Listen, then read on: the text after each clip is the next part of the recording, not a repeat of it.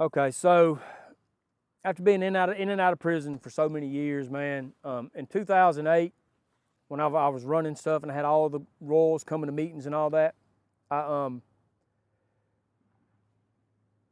police started asking questions about me, right? And I was getting word, oh, police ask about you and drugs. They know you're selling drugs. Somebody done told them some stuff about me. So I told all the royals, this started in Richland, Mississippi, over in Rankin County. So I told all I had an enforcer department. I had a chief enforcer that was in charge of like 8 enforcers that they would enforce the laws. And if anybody got out of line, blah, blah, blah, you know what I mean? So I told them to make sure nobody goes to Richland, stay out of Rankin County. You know, my name's too hot over there. I don't know where it's coming from. So I went out. I got a family that lives in Raleigh, Mississippi, my biological family. So one thing I didn't say is my mom and dad that raised me, they were my step parents. They adopted me when I was born. Right? They adopted me when I was born. My biological father never had nothing to do with me, really, until I got older. I got to know him a little bit before he died. You know, man, me and him, we're cool. We ended up being cool. But at this time, I'd already met him, and I met my little sister, so I'd go out to Raleigh, and I'd stay out there, and I could lay low. I didn't have to worry about nothing.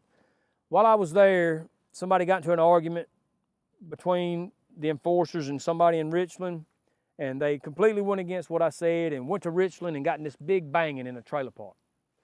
Well, when that happened, I think it was a setup because the police was there in no time. They ambushed them, took them all to jail.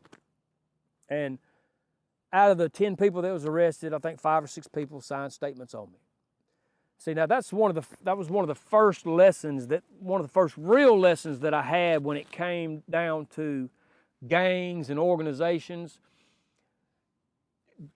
Just because these people say they love you and that they're your brothers and they're your sisters and they got you back and this, that, and the other, if everybody's heart ain't in the right place, none of that's true. Because as soon as the crap hits the fan, it's all for themselves. You know what I mean? And so that was one of the first hard realities I learned with that. Well, those statements, they didn't have any hard evidence behind them. It was just hearsay. It was statements. But it was enough to get my probation. At the time, I was on probation. I just got out of prison. And so my probation officer put a warrant out for me. I showed up, and he locked me up. I went back to prison for ERS violation, which is earned release supervision probation violation. And I went back for 9 months. And while I was there, the first week I was at CMCF getting classified, 2 feds from Chicago and the lieutenant from Richland Police Department came out to CMCF to see me, and they had these folders full of evidence.